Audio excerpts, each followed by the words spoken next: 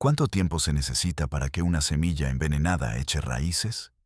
No hablo de plantas, hablo de linajes, de sangre, de la herencia que se transmite no solo en los genes, sino en el silencio, en la vergüenza, en las paredes que se cierran sobre sí mismas.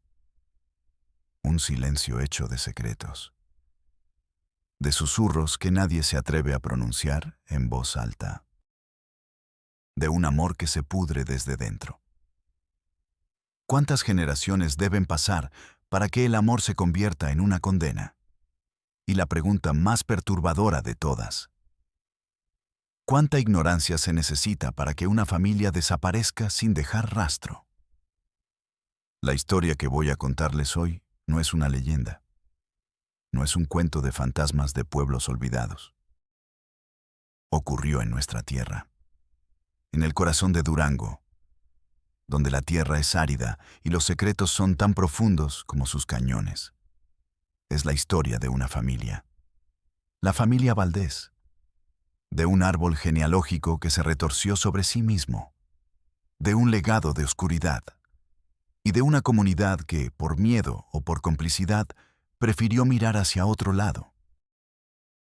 Les pido que se queden conmigo, no por morbo, sino por la verdad, por los que nunca tuvieron voz, porque a veces la única forma de romper el ciclo es enfrentarlo. Yo soy padre del Valle. Si crees que estas historias deben ser contadas, si crees que el silencio no debe ganar, suscríbete, únete a esta comunidad. Ayúdame a iluminar lo que se esconde, para que nunca, nunca más vuelva a repetirse. Sonido sutil de viento desértico y un crujido lejano. Carmen fumaba. El humo se enroscaba y subía hacia el haz de luz que se colaba por la ventana. Un rayo de sol polvoriento iluminaba motas suspendidas en el aire, como las vidas que se acumulaban en su escritorio. Su oficina era un altar a los olvidados. Montañas de carpetas color manila, cada una historia sin final, una injusticia sin resolver, un caso que la sistema había regurgitado. Carmen ya no leía los detalles. Leía la fatiga en los ojos de los que acudían a ella.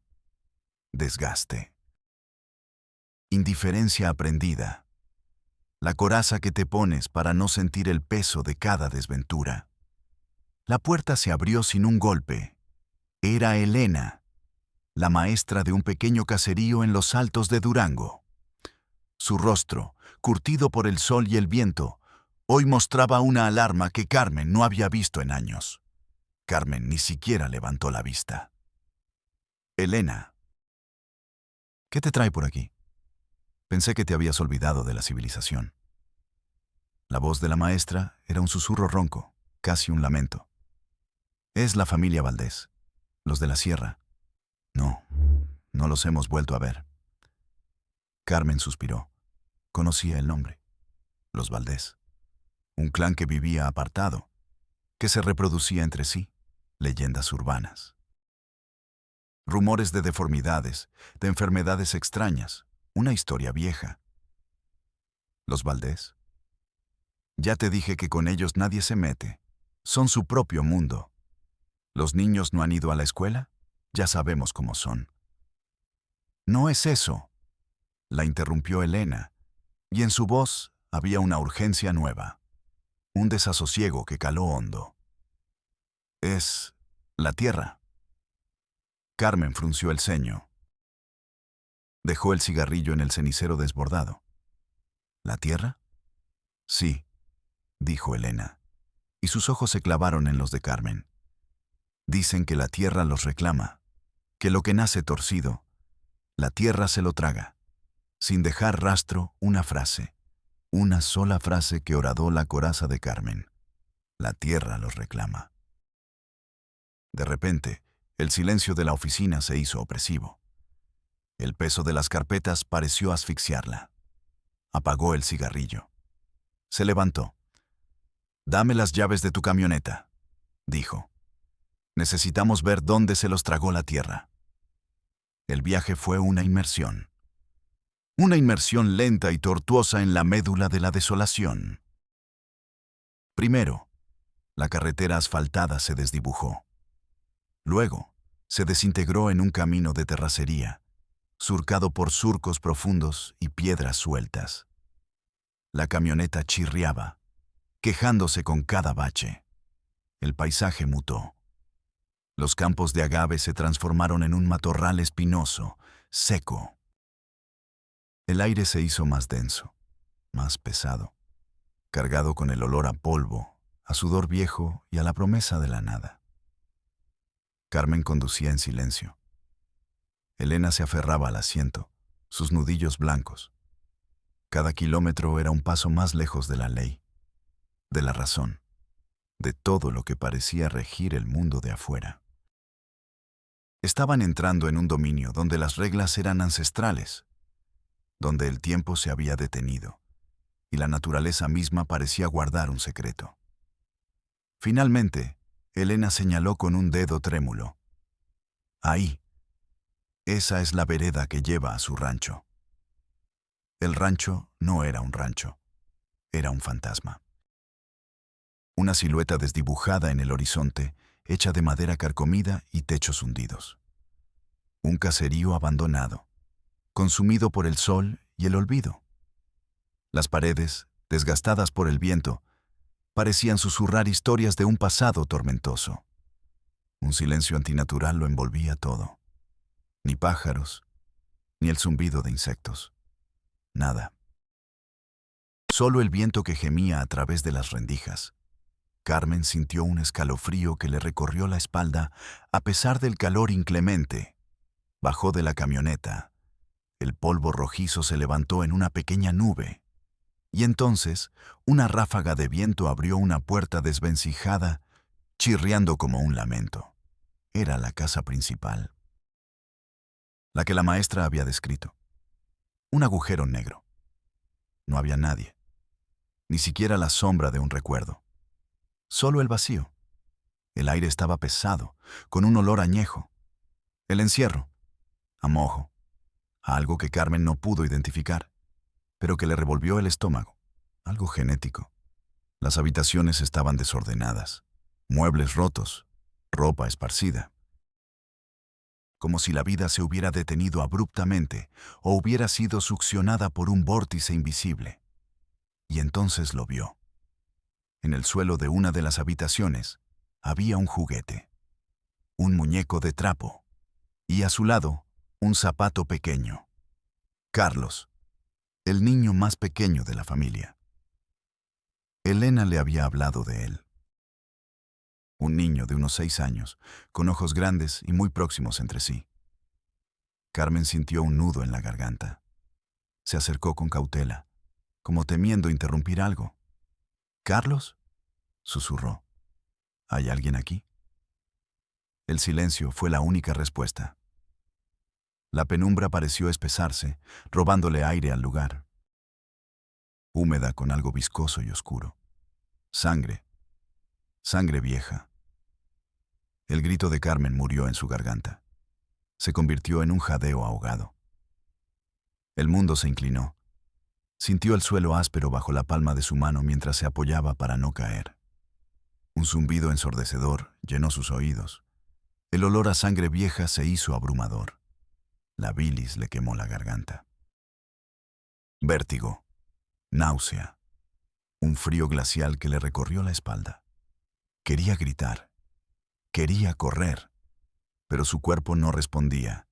Estaba paralizada por un horror que no era visible, sino palpable. Un horror que se sentía en la piel. Escuchó la voz de Elena, temblorosa, a sus espaldas. ¿Qué es eso?». Carmen, con la mirada fija en el muñeco, apenas pudo articular una palabra. Es sangre». Elena se acercó, su respiración agitada. Vio la mancha en la tela. Y luego, su mirada se desvió hacia la pared, a una mancha oscura y reseca que parecía haber sido arrastrada desde el suelo. Un rastro. Un rastro que se perdía en la oscuridad de un pasillo angosto. «Debemos seguirlo», dijo Carmen, La voz forzada. Debemos encontrar a Carlos. Elena asintió, pálida. El miedo era una presencia tangible entre ellas. El rastro de sangre se hizo más denso a medida que avanzaban. Cada paso era un esfuerzo. El pasillo se estrechaba. Las paredes parecían cerrarse sobre ellas. El aire era pesado, con un olor dulzón y repugnante que se pegaba a la ropa. Y entonces llegaron a una habitación. No era una habitación.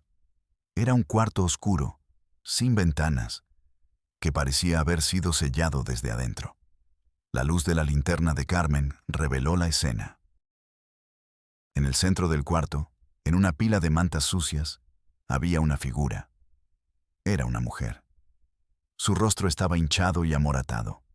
Sus ojos, fijos en el techo, estaban abiertos y vidriosos. ¿Y en su regazo? En su regazo yacía un bebé.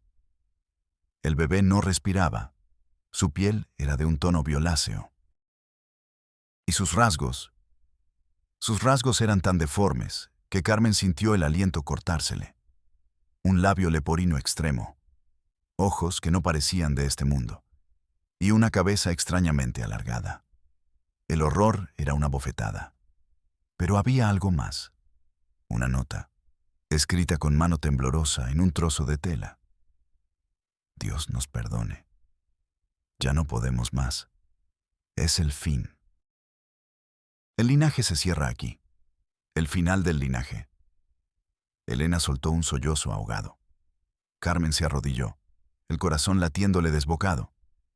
Y entonces, en un rincón oscuro de la habitación, una sombra se movió. Un pequeño bulto. Carlos. Estaba acurrucado, temblando, cubierto por una manta raída. Sus ojos grandes, separados por un puente nasal inusualmente ancho, estaban fijos en el cuerpo inerte de su madre, y un pequeño hilo de baba le escurría por la barbilla. No lloraba, solo temblaba, como un animal asustado. Carmen se acercó despacio, extendió una mano. Carlos, susurró. ¿Estás bien, mi amor? El niño no respondió. Solo emitió un sonido gutural, incomprensible. Elena se arrodilló a su lado y vio las manos del niño, dedos unidos, membranas entre ellos, un horror genético, una condena. Y de repente, el cuarto se llenó con el sonido de la voz de Carlos. No era una voz, era un gemido, un lamento. Una serie de sonidos que no formaban palabras, sino un lamento primordial, animal. Era el sonido de un linaje que se rompía, de una genética que había llegado a su fin. La historia de los Valdés no empezó con el horror. Empezó con la soledad, con la necesidad. Hace 3 generaciones, los primeros Valdés llegaron a Durango. Buscaban un lugar para vivir sin ser juzgados. Eran 2 hermanos, Isabel y Mateo, huyendo de la pobreza extrema, de la vergüenza, de un pasado que preferían olvidar. Lo recuerdo. La imagen nítida. Isabel, con su vestido remendado, cuidando a su hermano menor, Mateo. Ambos flacos, con los ojos hundidos. La travesía, agotadora. El sol implacable. Las noches frías. Se encontraron un rincón apartado. Una pequeña porción de tierra estéril, rodeada de montañas. Un lugar donde el mundo no los encontraría. Allí, construyeron su hogar. Juntos. El tiempo pasó. La soledad se hizo más densa, la necesidad más apremiante. Isabel y Mateo, hermano y hermana, únicos en kilómetros a la redonda. La sangre. La única sangre que conocían. Y la primera unión, un secreto que no se nombraba. Un tabú silenciado por la supervivencia. El primer hijo, María, nació con una deformidad en la mano, un dedo de más, un secreto más que guardar, un recordatorio constante de su pecado. María creció, sola, y la historia se repitió. Con su padre, con su tío, con su hermano, cuando nació. La sangre se mezcló una y otra vez. Se hizo más espesa, más enferma. La segunda generación, más hijos, más secretos. Y las deformidades se hicieron más evidentes. Los cuerpos, más frágiles. Las mentes, más confusas. Los Valdés se convirtieron en un murmullo, una leyenda. Los del rancho, los extraños. Los que tienen la sangre mala. Nadie se acercaba. Nadie ayudaba. La ignorancia y el juicio se convirtieron en muros, y dentro de esos muros, la familia se pudría lentamente. La última generación, Carlos, con sus ojos demasiado juntos, su mente que no conectaba, su lamento animal y el bebé, el último intento, la última esperanza. Nacido para morir. El linaje se había cerrado sobre sí mismo. La sangre se había secado. El primer policía que llegó a la escena se mantuvo al margen. Era un agente de caminos, con más experiencia en reportar accidentes que en escenas de crímenes macabros. Su rostro, curtido por el sol, se puso blanco como el papel. «Reporte un hallazgo», le dijo a Carmen, su voz apenas un susurro. No se acerque más. Carmen, sin embargo, ya estaba demasiado cerca. El horror se había grabado en su memoria. El sargento Morales, esta vez, llegó más tarde. Su cara de hastío, su cigarrillo en la boca. Entró en el cuarto sellado. Dio un vistazo rápido. Y salió, echando una bocanada de humo. «Pongan cinta amarilla. Llamen a los forenses y a la prensa. Esto es una locura». El horror, en cuestión de minutos, se convirtió en titular, en estadística, cintas amarillas, fotografías, declaraciones. La estación de policía era un circo de susurros y miradas. Carmen se sentó frente a un detective, el mismo de la última vez. El sonido de su teclado, monótono, incesante. Cada clic de la tecla era un golpe. Clic. La víctima, Ana Valdés, de 28 años. Clic. Presenta signos de desnutrición severa y trauma. Clic. El menor, Carlos Valdés, de 6 años. Clic. Encontrado en estado de shock severo. No responde. La tragedia se desvanecía, convertida en un informe seco, impersonal. La voz de Carmen, entrecortada por el impacto, se transformaba en texto negro sobre una pantalla gris. El detective no la miraba, solo tecleaba. Estaba cansado. Había visto demasiado. Para él, aquello era solo el expediente 72C9. Otro día más en la oficina del olvido. Días después, nadie le daba información sobre Carlos. Nadie respondía a sus llamadas. Fue a la procuraduría. El mismo edificio de cemento gris, con la misma secretaria de uñas perfectas.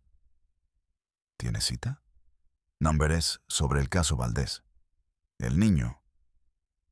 Llene el formato 7A, por favor, y espere a que la llamen. Esperó horas. La misma silla de plástico duro. El mismo frío de la conveniencia.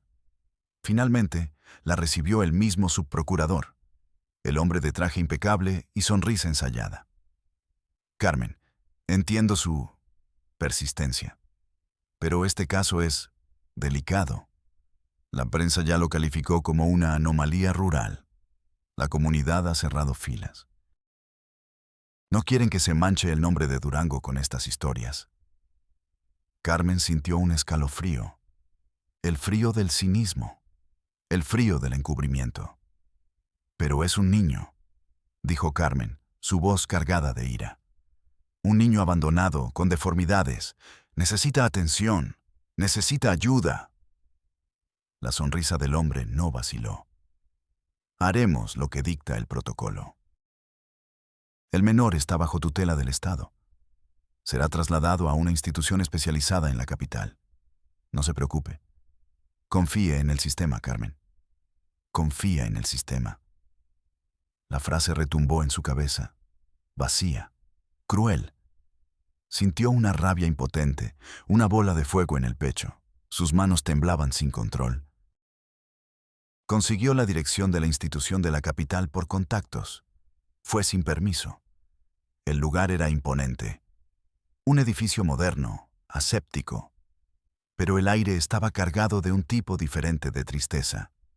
Una tristeza pulcra. La directora, una mujer con bata blanca y voz monótona, la recibió en su oficina de cristal. Sí, el menor Carlos Valdés está aquí, dijo, sin una pizca de emoción. Presenta un cuadro de regresión severa, no interactúa, no vocaliza, y sus deformidades físicas son complejas. Quiero verlo, suplicó Carmen. La directora negó con la cabeza. No puedo permitirlo. Hay una orden. El caso es clasificado. Solo personal autorizado. Y además, el menor está en un programa de integración que no permite interrupciones. Lo siento. Si desea solicitar una visita, deberá llenar el formato 22B en la Procuraduría. Otro formato. Otro muro. Otro laberinto de papel diseñado para que te rindas. El golpe final llegó al día siguiente. Su jefe la llamó a su oficina. No le pidió que se sentara. Carmen, tu compromiso es admirable, dijo sin mirarla a los ojos. Pero este caso ya no te corresponde. ¿Cómo que no me corresponde? Es un niño. Los restos de los Valdés han sido sepultados. El caso está cerrado. Carlos está en la capital.